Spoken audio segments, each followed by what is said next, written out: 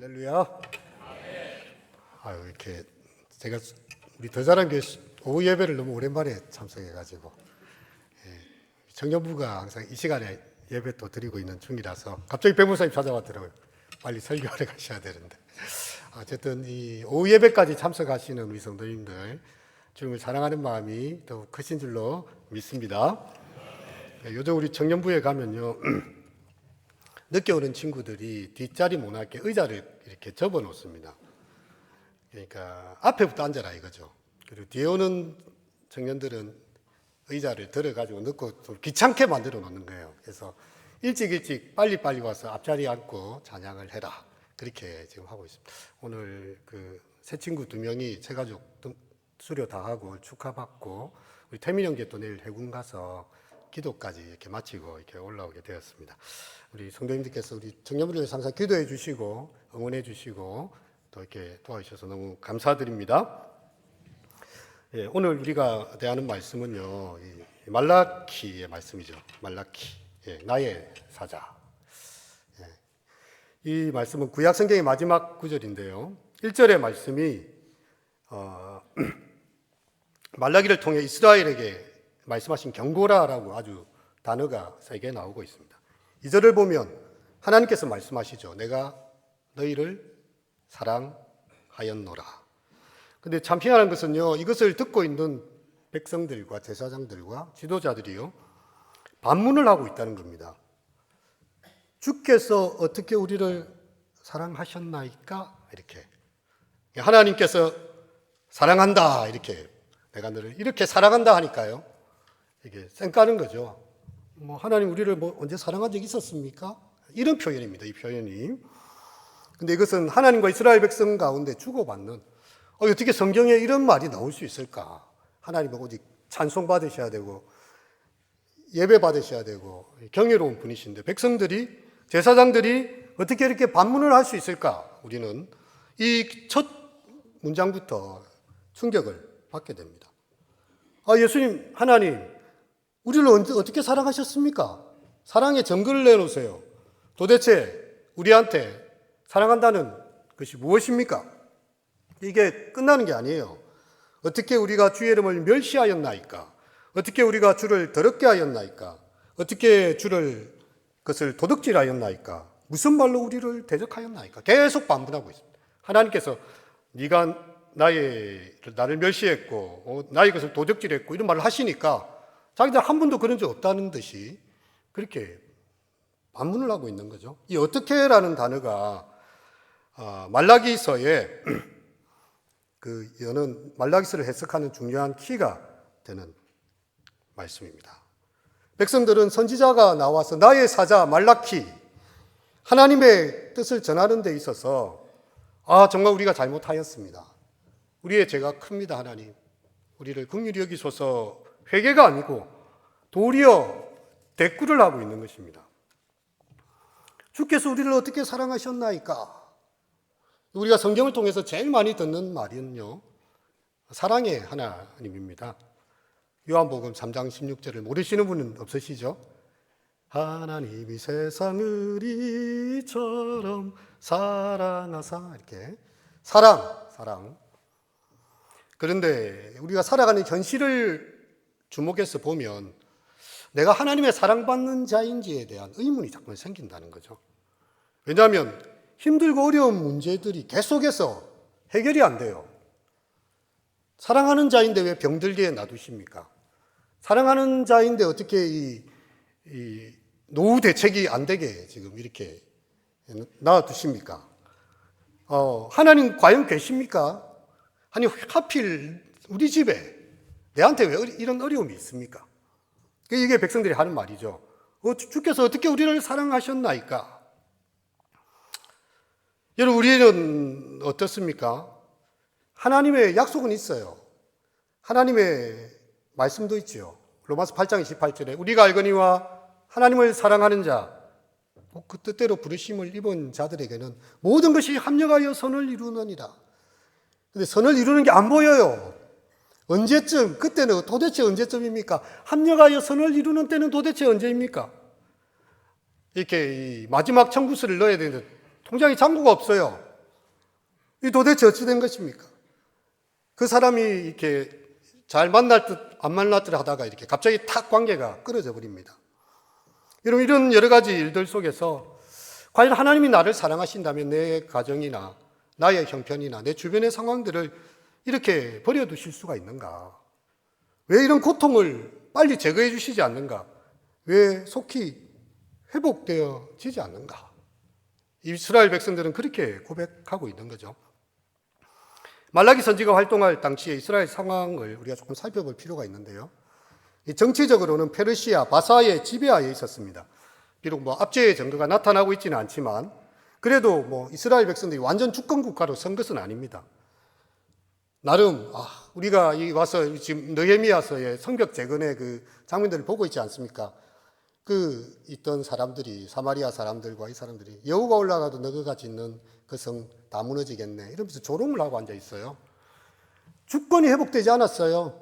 그들의 성벽도 회복되지 않았고 참 주권을 잃은 식민지 서름을 안고 살았을 것입니다. 물론 선량한 총독이 있었겠죠. 그래도 그 총독은요, 속국 이스라엘의 주민세를 요구할 것입니다. 바사의 군대에도 세금을 내야 했을 것입니다. 완전한 자유가 그들에게는 없었던 상황. 그리고 그 사회적으로는 보면 이 가뭄의 피해가 되게 심한 해를 겪고 있었습니다. 포도원이 병충해로 인해서 특별히 메뚜기 떼가 쓸고 가면서 민족 전체의 생존 근거가 박탈당할 위기가 있었어요.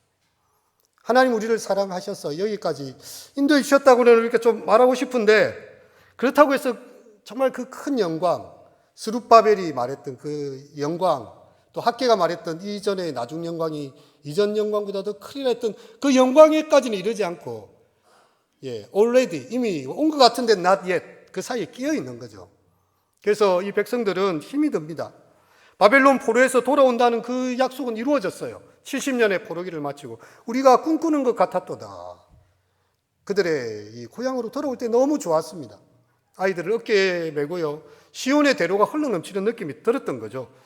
근데 그 약속들이 속히 이루어지지 않는, 여전히 그들이 새로운 정착지에서 힘들게 살아야 하고 정말 이렇게 찬바람을 맞아야 되는 상황이 있습니다. 그래서 말라기 3장 14절에 보면 백성들 가운데 이런 말이 탁 튀어나옵니다. 하나님 섬기는 것이 헛되니, 야 우리 삽질하고 앉아있는 거다. 하나님 섬기는 게 헛된 일이야. 만군의 여호와 앞에 그 명령을 지키며 슬프게 행한 것이 다 무슨 소용이냐. 우리 이렇게 가난하게 살고 우리 이렇게 힘들게 사는데 그렇게 백성들이 말로 표현을 하고 있다는 거예요. 신앙생활 하는 거 다 그 헛짓거리야. 이런 식으로 백성들이 말을 하고 있다는 거예요. 이스라엘은 이러한 상황 속에서 하나님 너희를 사랑하신다고 선지자가 말을 하니까 하나님 나를 사랑하시는데 도대체 왜 이렇습니까?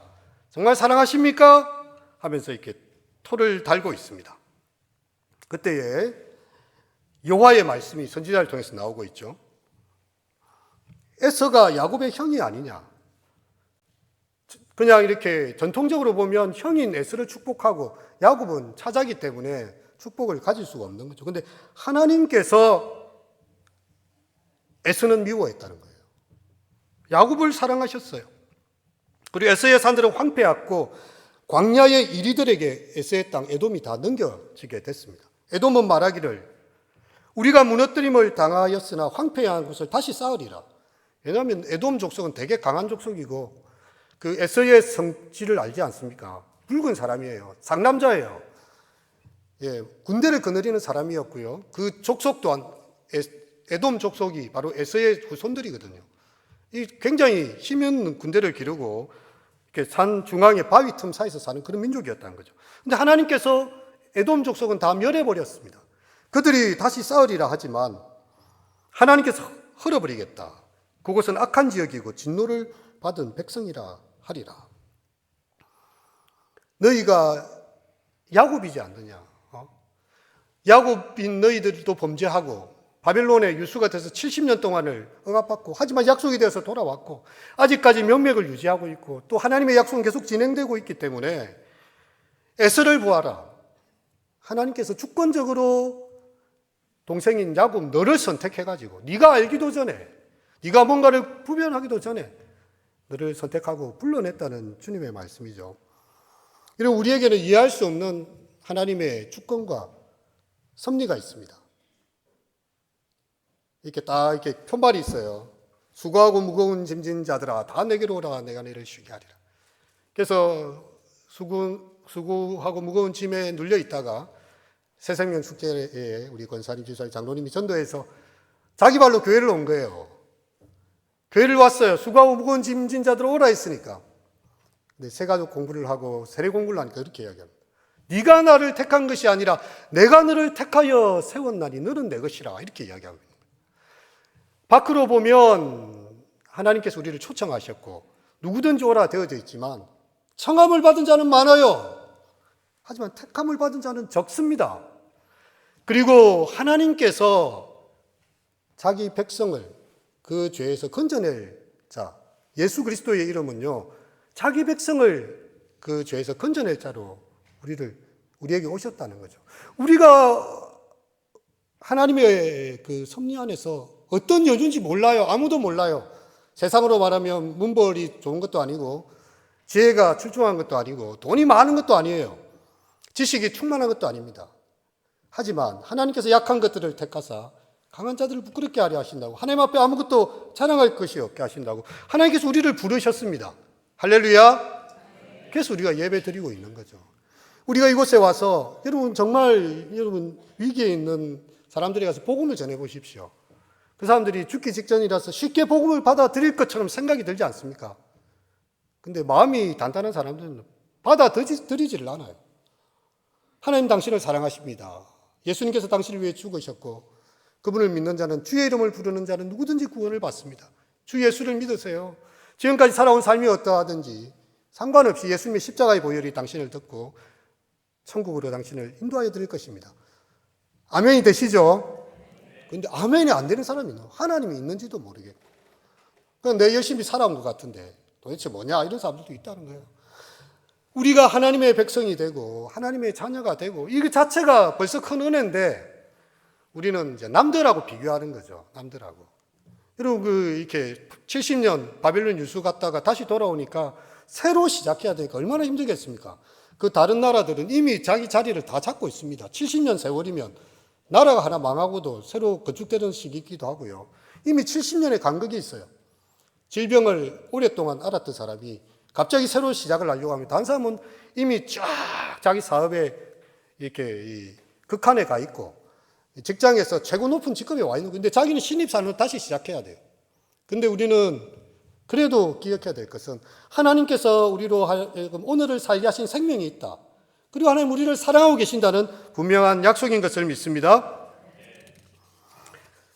이제 6절에 보면 하나님이 이스라엘 제사장들에게 경고하십니다. 내 이름을 멸시하는 제사장들아. 이 제사장인데 형용사가 붙죠. 나의 이름을 멸시하는 제사장들아.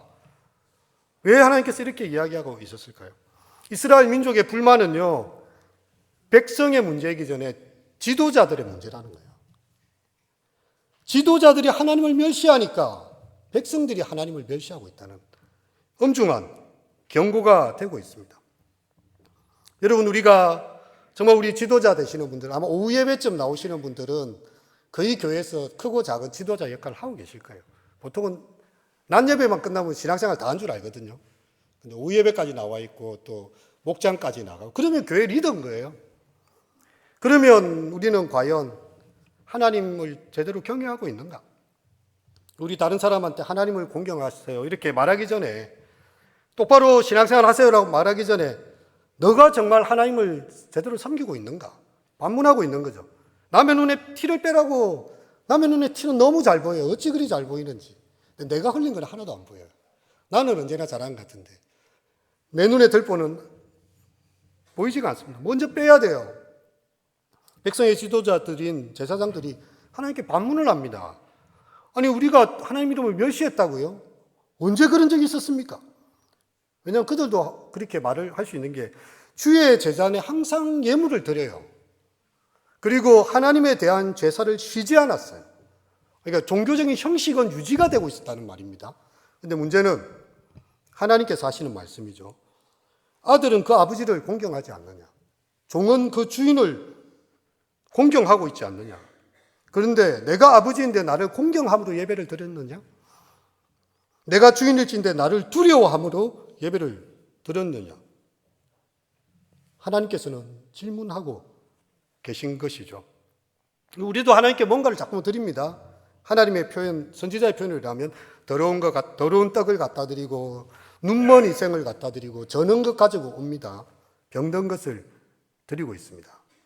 야, 그거 너희 중에 수컷, 좋은 거, 살찐 거, 최고의 재물이 있어요. 근데 이거는 안 드립니다. 근데 예배는 드려야 되고 헌금은 내야 되겠는데 이거 그냥 이렇게 좀 병든 거, 저는 거 이런 거 갖다 드리고 있는 것입니다.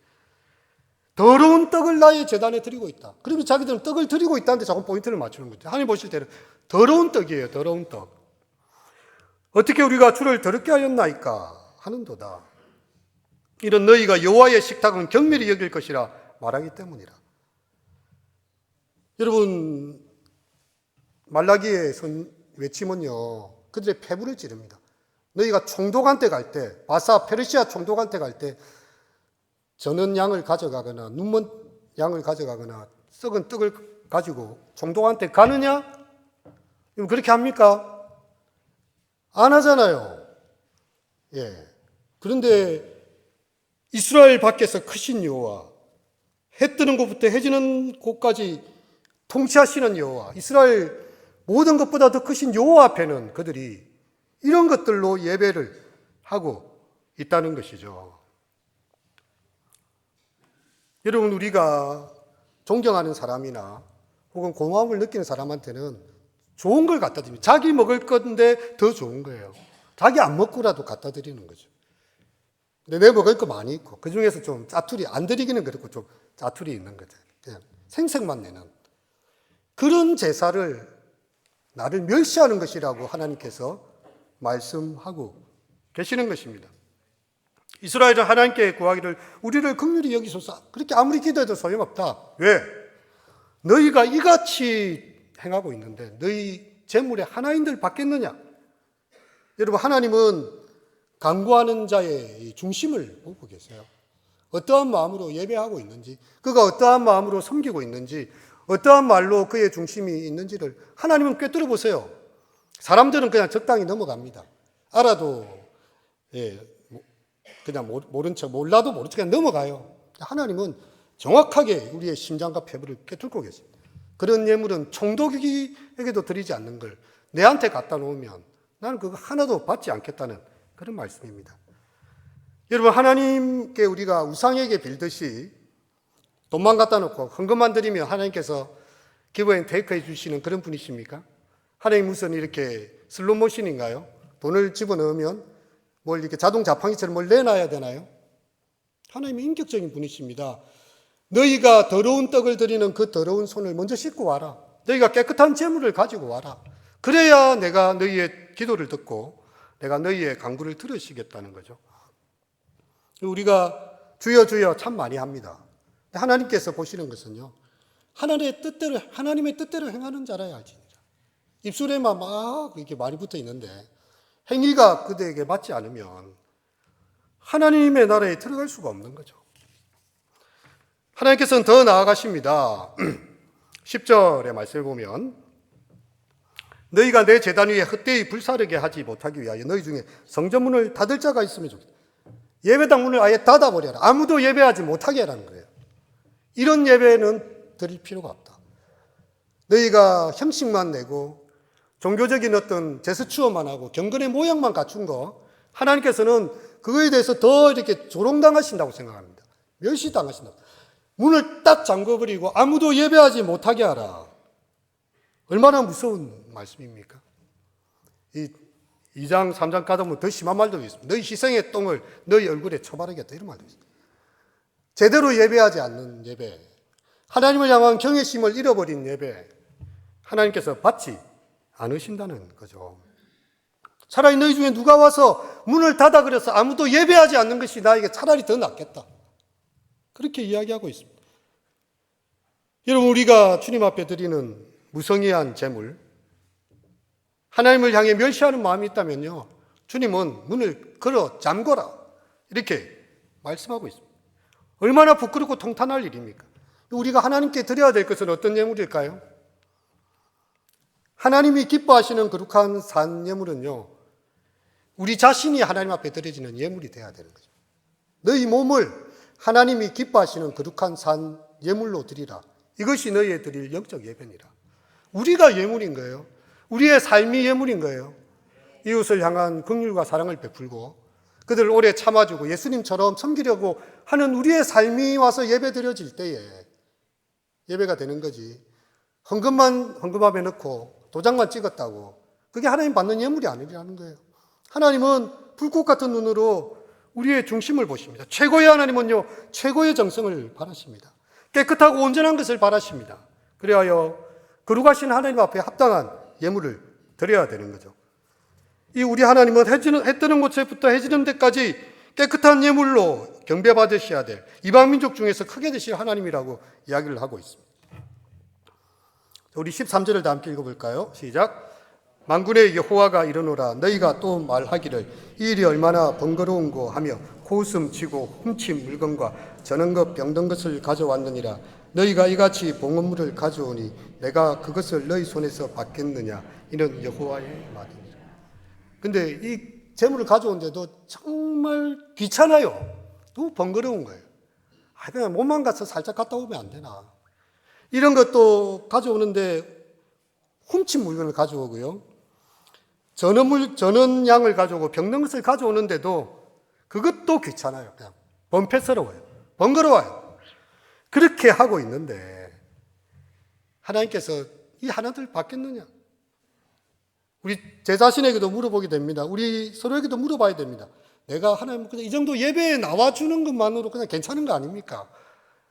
이후 예배까지, 오후 예배까지 나왔는데, 목장까지 나왔는데, 근데 귀찮은 거예요. 좀 기회만 있으면 나도 좀 싹 빠져나가야 되는데. 전도하러 가자고 합니다, 갑자기. 예배만 드는데서 무슨 전도까지. 기도회로 갑자기 모이자고 해요. 너무 피곤한데. 성도 간의 교제를 나누고 뭘 하자는데 너무 힘든 거예요, 너무 힘들어. 시도 먹히지 않습니다. 싹싹 다 빠져나갑니다. 그래서 예배를 마치자마자 순식간에 싹 사라지는 거죠. 누가 나를 잡으면 안 되니까. 우리 성도님 가운데는 오후 예배 오신 분들은 그런 분이 없는 줄 압니다. 제대로 예배도 드리지 않으면서 그나마 드리는 그 예배 자체만으로도 번거로워하고 귀찮아하는 모습. 하나님도 싫은 거예요. 그런 예배는 아예 드리지 않는 게 차라리 낫겠다. 이런 예배가 귀찮아도 그나마 참여해주는 예배. 그것은 하나님의 이름을 멸시하는 것이고 하나님의 이름을 욕되게 하는 것이다 라고 이야기하고 있는 거예요. 우리 예배는 하나의 종교의식이 아닙니다. 창조주이시며 우리의 구원자이신 하나님과의 인격적인 만남의 자리예요. 하나님께서 우리의 기도하는 모습을 눈을 만드신 하나님 다 보고 계신다고요. 귀를 만드신 하나님이 우리가 그 기도하는 그 기도의 소리를 듣고 계신다고요. 근데 인격적인 관계를 빠져버린 채 종교적인 껍데기만 남아있으면 여러분 그것이 하나님 기뻐하시는 일이겠습니까? 우리가 성경 많이 읽는 것도 참 좋습니다. 저는 우리 교회만큼 성경을 열심히 읽는 교회를 본 적이 없어요. 항상 또 제 자신에게도 질문하고 항상 하는 게 우리는 이 말씀대로 정말 살고 있는가? 한번 질문해 봐야 돼요. 그렇게 많은 사람들이 전도돼서 왔는데 왜 한 명도 안 나올까? 왜 내가 온 친구도 안 나오지? 내가 혹시 그들에게 예수님의 모습을 못 보여준 건 아닐까? 그냥 한 번 참석해 주는 걸로 그 사람도 그냥 적당히 오는 거예요. 근데 내가 진짜 예수쟁이라면요. 그렇게 하겠습니까? 한 번 온 발걸음이 계속 올 수밖에 없는 거죠. 저 사람이 믿는 하나님이라면 그 하나님 정말 제대로 믿고 싶다. 우리의 삶의 예배가 너무 부족해요. 하나님 앞에서 우리의 중심이 너무 약합니다.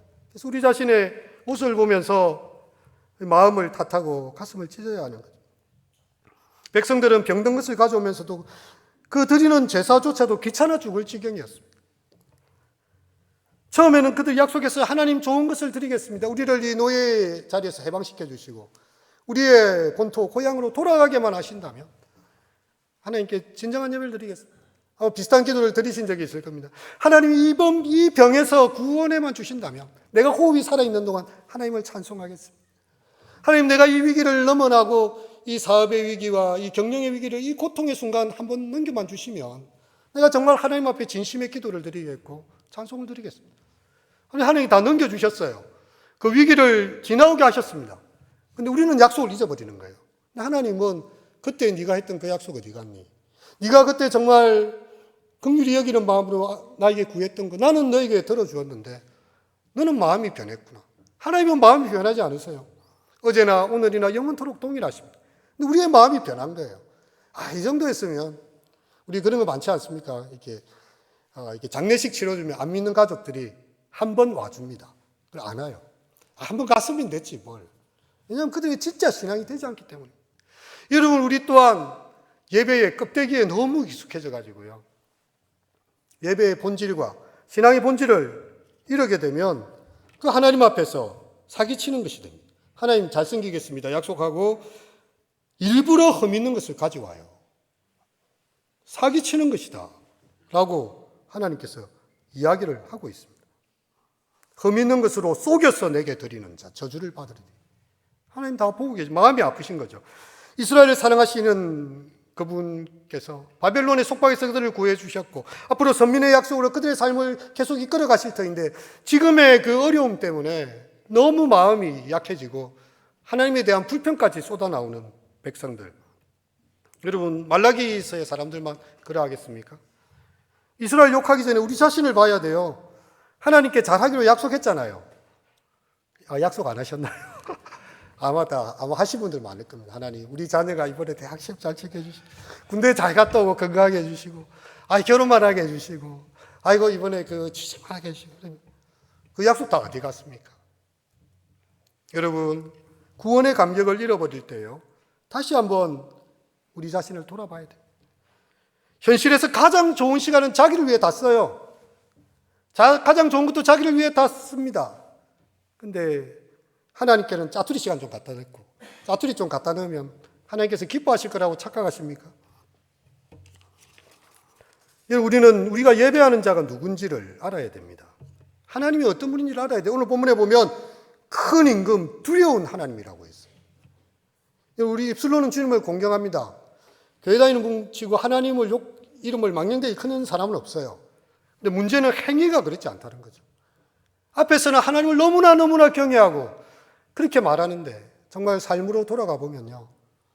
그런 존대함과 경외함을 그렇게 하나님께 표현하고 눈에 보이는 하나님을 섬길 수가 없으니까 하나님께서 눈에 보이지 않는 하나님을 섬길 수 없으니까 눈에 보이는 지극히 작은 자를 우리 옆에 뒀잖아요. 양과 염소의 비유가 나오지 않습니까? 하나님 우리가 언제 주님께서 감옥에 갇혔을 때 안 돌봤고 배고플 때 먹을 걸 안 드렸고 이렇게 목마를 때 마실 걸 안 드리고 병들 때 안 쳐다봤습니까? 너 그렇게 안 했다. 지극히 작은 자 하나에게 하지 않은 것이 곧 나에게 안 한 것이지. 우리 옆에 그런 자들 주셨다고. 새 가족들, 또 연약한 자들 주셔가지고 이 사람들을 섬기는 것이 하나님을 섬기는 것으로 하나님께서 최후의 심판 때 양과 염소를 가릴 때 설명을 하신다. 우리가 언제 하나님 앞에 그랬습니까? 하나님 우리 곁에 있는 자들을, 지극히 약한 자들에게 우리가 어떻게 하는지를 봐야 되는 거죠. 만군의 여호와의 말이니라. 말라기서에서 계속 반복이 되고 있어요. 하나님은요, 크고 두려우신 하나님, 해 뜨는 데부터 해 지는 데까지 열방 가운데 찬양받으실 하나님, 만군의 여호와 하나님, 큰 임금, 이방 중에 두려워하는 하나님이신 것이죠. 이스라엘 백성들이 이렇게 말을 안 듣고 뺀질거리고 아주 이렇게 온갖 곤모술수로 하나님의 눈을 피해가면서 이렇게 적당히 할 때요. 그래도 하나님은 첫 번째 말이 내가 그래도 네 사랑한다 이 말이에요. 네 그렇게 뺀질거리는 거 다 알고 있는데 그래도 나는 너를 사랑한다 이 말을 하고 계신 것입니다. 첫 마디가 그거였잖아요. 내가 너희를 사랑하였노라. 사랑하였노라. 이스라엘이 죄 가운데 있었지만 우리가 아직 죄인 되었지만요. 그리스도께서 우리를 위하여 죽으심으로 하나님께서 우리에 대한 사랑을 확정하셨어요. 이제 우리는 거짓을 버리고 여호와께 돌아가야 됩니다. 큰 임금 두려우신 하나님, 나를 사랑하시는 하나님의 마음을 아프게 해서는 되지 않아요. 진정한 회개를 해야 하는 것입니다. 이스라엘이 축복받지 못한 것은 하나님의 능력이 없거나 사랑이 모자라서가 아니에요. 그들이 하나님을 하나님으로 제대로 섬기지 못하고 멸시하는 그들의 죄가 문제였던 것입니다. 올해 우리 교회의 표어가 무엇입니까? 예. Church starting anew. 예. 새롭게 출발하는 교회 아닙니까? 여러분, 그 가운데 가장 핵심적인 것은요, 예배가 새롭게 출발해야 돼요. 내가 드리는 예배, 우리 청년들이 예배 똑바로 드리게 의자를 엎어놨잖아요, 막. 늦게 올 것 같으면 오지 말든지, 예. 올 것 같으면 앞에 앉든지, 늦게 오면 의자 뒤집어서 힘들게 해서 앉아라, 이거예요. 예배장을 꽉 찼어요, 그 청년부실에. 의자 다 내려졌더라고요.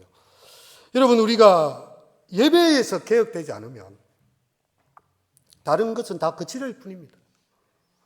하나님의 사랑을 확신하며 정말 그분께 감사의 제물로 드릴 때 우리의 공동체가 회복되고 소그룹이 회복되고요. 이 지역사회 가운데 더 자란 교회가 정말 그리스도의 사랑과 복음을 전해줄 때에 정말 우리의 소금의 역할, 빛의 역할을 다하게 되는 거죠.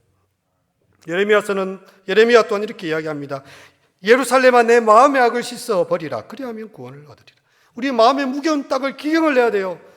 이스라엘처럼 육체의 할례를 행했다고 그렇게 내가 하나님 백성이라고 착각하지 말고 내 마음의 가죽을 베면서 진정 하나님께 속한 자가 돼. 세례요한도 외쳤지 않습니까? 너희가 아브라함 자손이라고 자랑하고 있지만 하나님께서는 이 돌덩어리로도 아브라함 자손 되게 만드신다. 너희의 그 입술에 발린 그런 회개는 진짜 회개가 아니고 도끼가 나무 뿌리에 놓였으니 너희가 진정으로 회개할 때에만 너희가 구원을 받을 것이라고 이야기했던 거죠. 이제 우리 만군의 여호와신 하나님의 백성으로 다시 한번 돌아가시고 2025년 정말 우리 예배가 회복되고 하나님이 기뻐하시는 우리 교회가 될 수 있기를 축원드립니다.